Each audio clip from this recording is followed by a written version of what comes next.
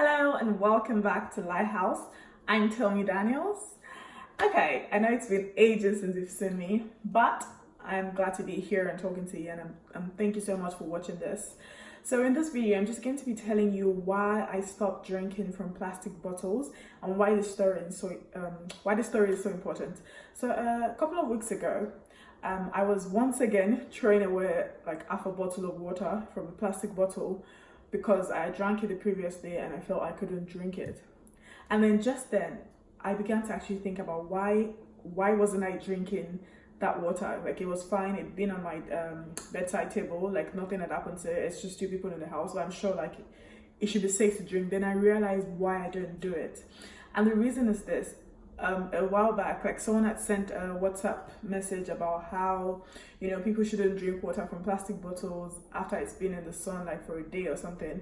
So once you open it, basically, like you shouldn't really drink it after your initial drinking. Say if you like have to leave like half a bottle of water or something, till the next day, don't drink it just straight out.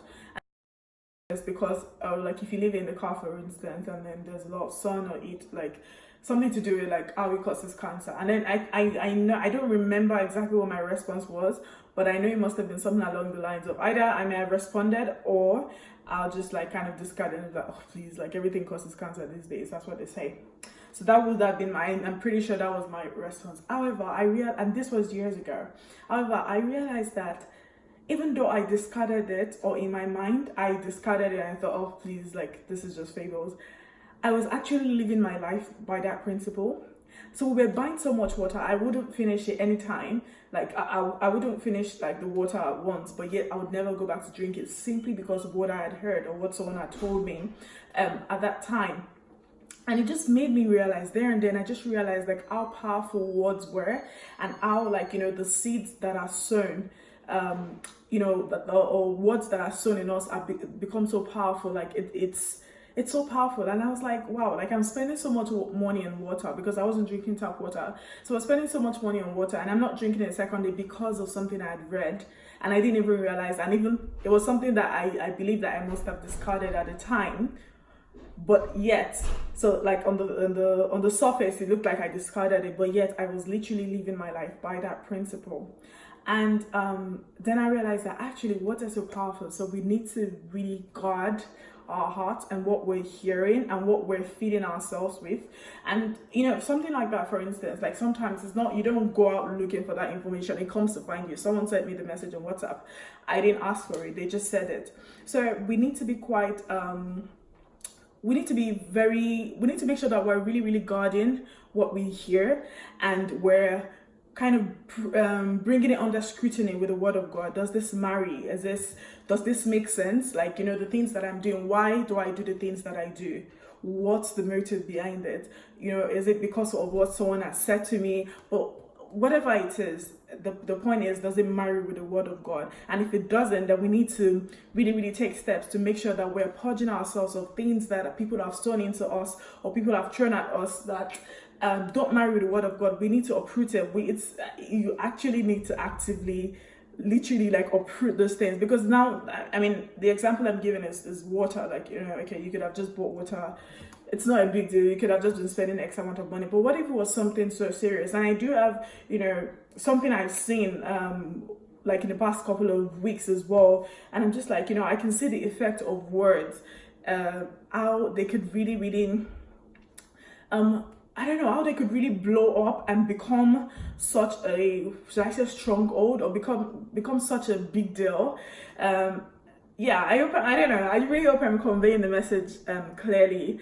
And it's just that, whatever it is that people are telling you, so and there's things that people are saying to you and they don't marry with the word of God, just make sure, don't take it lightly, or don't think, oh please, like I'm just going to discard it, but then you don't even realize that it has taken root in you. So occasionally or daily, actually, I think it's a good prayer to pray. Say, God, whatever it is that has come into me today that shouldn't be or doesn't align with your word, uproot it and like highlight it to me so that I know that this is what I'm because I could have carried on like that and not even known that, that was a thing. But if you're asking God, the Holy Spirit to highlight it to you so that you know what to uproot, so that you know how to renew your mind with the right things after uprooting them. So yeah, and also let's also make sure that we're speaking the words that we speak to people, they are life, and they are we don't say things casually, or don't say things casually, because it really could take root in people.